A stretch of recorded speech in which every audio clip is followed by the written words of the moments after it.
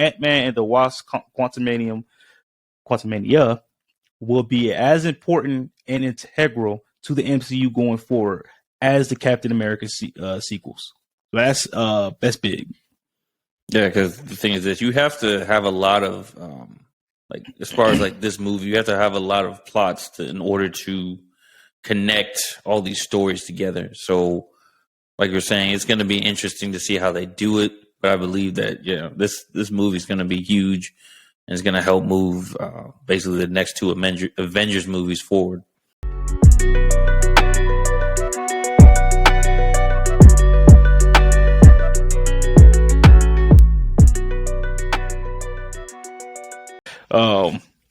In other news, we had the Antman and the Wasp Quantumania trailer come out. What you think of it? So I watched it actually not that long. Well, sometime today. It kind of breaks down this story. I kind of see the premise of where they're going with it, with the plot and how things are going to happen. So there's going to be a lot to do with some time as far as like this one. The quantum realm, I'm still kind of confused of where that plane exists. I'm not too big into the comics, but I know that Kane. Remember what's that? Where Ant-Man was during Endgame, Infinity War, and Endgame when he came out, that's where he was the whole time. The quantum realm.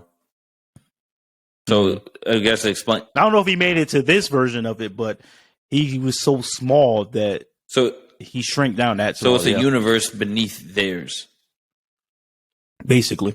And so I don't know too much about Kang. I just know that he's one of the most powerful Marvel villains, way more powerful than Thanos. He has a very unique skill set, to say the least. He basically is the master of time. Yeah. He's a descendant of Reed Richards too, so that's another interesting thing. But yeah, man, the trailer was interesting. I see my boy MODOK. I hope I did see him right because he's a very interesting character. But I think MODOK in the MCU. Oh, excuse me. Oh, sorry.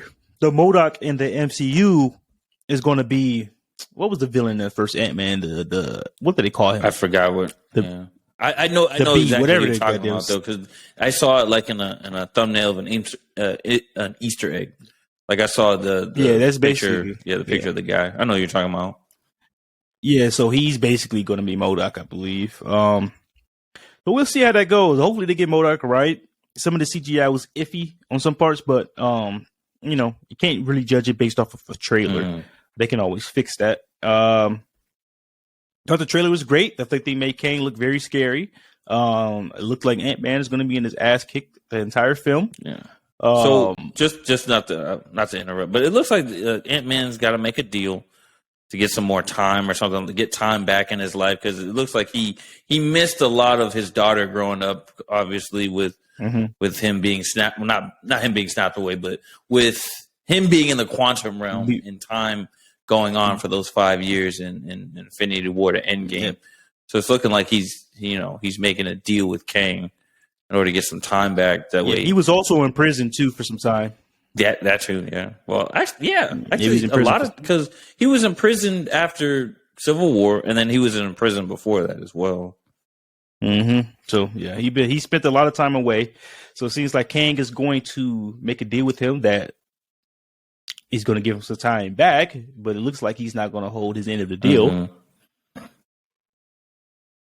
So we shall see. This is obviously a different version of Kang that we've seen in Loki. The one Loki seemed a little more chill, obviously. But seemed questionable to me.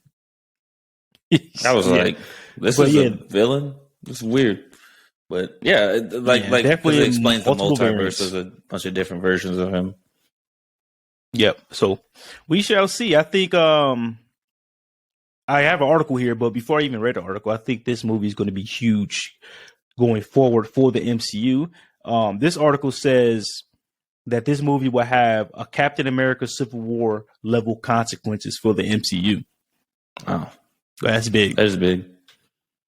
Yeah, so let's see what they have to say. Blah, blah, blah. According to a producer at Marvel, the upcoming film to the Ant-Man trilogy upcoming finale to the Ant-Man trilogy could have massive stakes for the rest of the MCU, setting up a series of catastrophic dominoes leading to the Avengers Kang Dynasty and Avengers Secret Wars. Stephen Broussard, Marvel Studios Vice President of Production and Development, recently stated in the press release that Ant-Man and the Wasp Quantumania will be as important and integral to the MCU going forward as the Captain America sequels. So that's big. Yeah, because the thing is that you have to have a lot of like, as far as like this movie, you have to have a lot of plots in order to connect all these stories together. So, like you're saying, it's going to be interesting to see how they do it. But I believe that this movie is going to be huge and it's going to help move basically the next two Avengers movies forward. Yep. What are your expectations? Are they high for this movie? Or are you going into it with no real expectations? What do you think about? How are you gonna go into the movie? So to me, progressively, each Ant-Man movie has gotten better. So the first one, I liked it. I mean, it really didn't have as much as what I wanted, as much as what I was expecting. The second one, I really enjoyed it because then you have Ant-Man and the Wasp, and they're kind of using each other to get their goals or whatever, and basically the story kind of goes into Endgame, right? Infinity War. Oh yeah, it goes into Infinity War, but then he comes back in Endgame. So it pretty much both, yeah. And to me, I have some huge expectations because this is basically helping to introduce Kang. Even though we saw him first in Loki, it's helping to introduce Kang and see his capabilities and what kind of person he is and what kind of villain he is as well. So I'm highly interested. Yeah, I got some pretty high expectations. I actually have enjoyed all of Ant-Man's films. I think we spoke about this before, that he's one of those characters that who would have thought he would be the one to get a trilogy, True. Out of all the characters that could have. So I'm looking forward to it. We'll see how they do it. If the stakes are going to be high, the Marvel movies are always better when the stakes are high, if we're being honest. And this is probably going to lead us straight into the next Avengers movie, or set the tone for Phase 5. Because a lot of people didn't like Phase 4. I didn't mind Phase 4. I understood what Phase 4 was meant to do. But this will set the tone for Phase 5 and go So forward. this past phase was Phase 4, correct? So all these TV shows and everything like that. Yeah, it ended. Wakanda Forever ended Phase 4. Okay, I got you. Okay, yeah, I kind of understand why people would have some mixed emotions. A lot of people said Phase 4 was a weak phase. I mean, honestly, coming from a viewing standpoint, I can kind of understand some of the CGI wasn't as strong as some of the other movies. Some of the storytelling, but I don't know. You can't be super critical. You can't have a critical mindset when you're viewing some of this stuff. But I think the thing with Phase 4 is they were introducing a bunch of new characters, so they had to start from scratch with a lot. Moon Knight, She-Hulk, Miss Marvel. Those were the bigger ones that they introduced. Kate Bishop, one of my favorites, and they had a lot of and they tried something different. This is when Disney Plus, the shows, this is the first time Marvel had the TV shows in the continuity in the MCU, this format. So it's a lot of learning curves, mistakes that may have been made along the way. I think it'll progressively get better as they go forward with some of this stuff. I'm pretty patient. I understand. Like, shout out to my boy at Nerd is Toxic. Nerd Culture is Toxic. He has a lot to say about a lot of this stuff, but that's my guy. So shout out to him. Shout out to my boy Colin too. That's my guy as well. He really supports. He's probably our biggest supporter. So shout out to him as well. But they're like the opposite ends of the spectrum. My boy at Nerd Culture is Toxic. He's critical of what the MCU is doing because of their partnership with Disney. And then my boy Colin, he's more laid back and he just enjoys things for what they are. But those are basically how MCU fans are. You got people like my boy Colin. We got people like Nerd Culture was Toxic. and then you got people like us that are kind of like, we take things, we aren't overly critical, but we are more understanding. We like meet in the middle. True. Yeah. So, I mean, honestly, I watch the movies to understand them. I don't just watch them and then like critique them heavily, because I know there goes a lot into production. There goes a lot into film. There goes a lot into the casting. There goes a lot into basically putting the whole imagery together. So I'm not super critical when people are, kind of like where they'd be criticizing it, when they don't feel that the movie fulfilled its purpose. I'm not, critical of those aspects. I just see the movie for what it is, and I take it in, and I kind of understand what's going on. I'm just trying to learn, as much as I can whenever I go see these MCU films. And I know I owe more time to the shows. I know a lot of the shows I've been lacking on. I haven't finished them, but I've just been trying to catch up on them as of now. Yeah, life happens, man. We both work full time in school.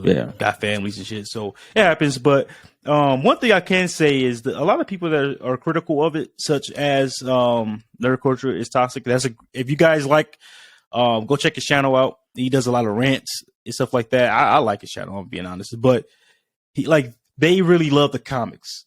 Like some of the people that are critical of it really, really, really love the comics. Love the more gritty, more mature version of the Marvel comics, or not just Marvel, but we're talking about the MCU. So that's why they may feel some type of way about it, because Disney kind of lightens a lot of it up. I get it. I understand that aspect of it. I just try not to think about it too much, man. I like to try to take it for what it is. Sometimes I will have like things that could have been better, could have been interpreted better, brought to the big screen better, but at the end of the day, I just have to take things for what they are. I'm not about to. I can't stress myself out. But I already have health problems as it is. So mental health problems as it is. Here's a question. How has the MCU, in your opinion, how well have they done? Basically bringing these characters to life, based on someone who's knows a lot about the comic book, based on someone who has a lot of knowledge of what's going on in these different universes when it comes to the MCU, when it comes to different comic book stories, different characters, different plot lines, different storylines, things like that. How what if you had to give the MCU a grade, what would it be at this point in time? After Phase 4, like overall, so not just Phase 4, but after Phase 4, Marvel as a whole, I probably give like a B minus. They hit or miss, but I want to say probably after Phase 3, at the end of Phase 3, I probably would have gave it an A plus, right? So I think they try to do the best they can to bring these characters to life, but that they try to give it to a broad audience. They try to give it to, they got to cater to a lot of different audiences. They got because they understand, unfortunately, ticket sales for certain movies, they want kids to come see it. They want families to come see it. So they don't make a lot of movies specifically for adults. I think that they're going to try to incorporate that now with Blade, with Deadpool, stuff like that, make more rated R content. Hopefully Wolverine. I love the Netflix Daredevil, but I'm pretty sure the MCU version of that is going to be a little lightened up. But like I said, I understand like the comics can be dark and gritty, but the comics are catered to an older audience, to at least a teenager and above audience. So people bring their kids to a lot of Marvel movies, so they have to find a way to please the comic book lovers while selling tickets, people bringing their entire family to go see a movie. So I think they try their best to incorporate everybody in the middle. Yeah. As of bringing comic book characters to real life, they do a good job with what they have. Yeah, they do good enough with what they have, the characters they have to offer. Certain characters need to be dark. Some characters need to be for a more mature I'll tell audience. you one thing too. I like the way they modernize the characters.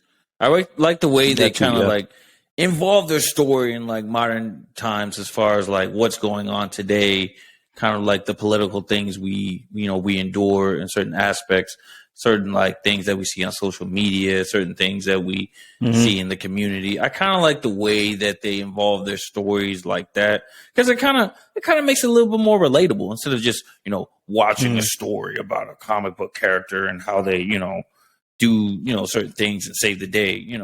A lot of people can't relate to that, but when you have certain aspects of what's going on in the world, going on in the community, going on in real life, you can relate to that a little bit more. So it kind of brings more viewers to the table when it tells a story of things of that nature. Yeah, and I mean, honestly, a lot of comics did that in their time period. Like especially with Captain America was based off World War II. X-Men. So a lot of comic books. X-Men had to do with civil rights. So, yep. So the comics always. Well, I know Marvel did a really good job with that kind of stuff specifically. DC's weird. DC's different. Yeah. I like DC, but it's different. Marvel, a lot of Marvel characters are the people first, hero second. Yeah. A lot of the DC characters are the heroes first, people second. Yeah. Yeah. Like I like one of the best analogies I like about Superman is the one that in the end of Kill Bill Volume 2, when Bill is talking about Superman, how like he said that basically saying something didn't have to happen for Superman to become Superman. He was just always Superman. Like when he wakes up in the morning, he's Superman. He's basically saying, and he said this too, Clark Kent is his connection to people, his connection to the world. Because the thing is that Superman, he'll always be Superman. He'll always be like that top tier superhero. So that's why it was kind of like Clark Kent being like the personification of how we see him in the world versus yeah. Shout out to Superman. Yeah. But overall, I hope I personally enjoy the MCU. Yeah. As a kid growing up, I always wanted to see these characters on the big screen. Always wanted to I always thought it was cool that you have a universe that is tied, it's connected, everything's connected. I think it's a great concept. But I also can understand why some people have issues with the MCU. So I get it, I understand it. I choose to just enjoy it, if that makes sense. Nope, that makes perfect sense. There's nothing. I don't think anything like this will happen ever again. I know people are trying, think so. But yeah, it's hard to pull it off. Yeah, exactly.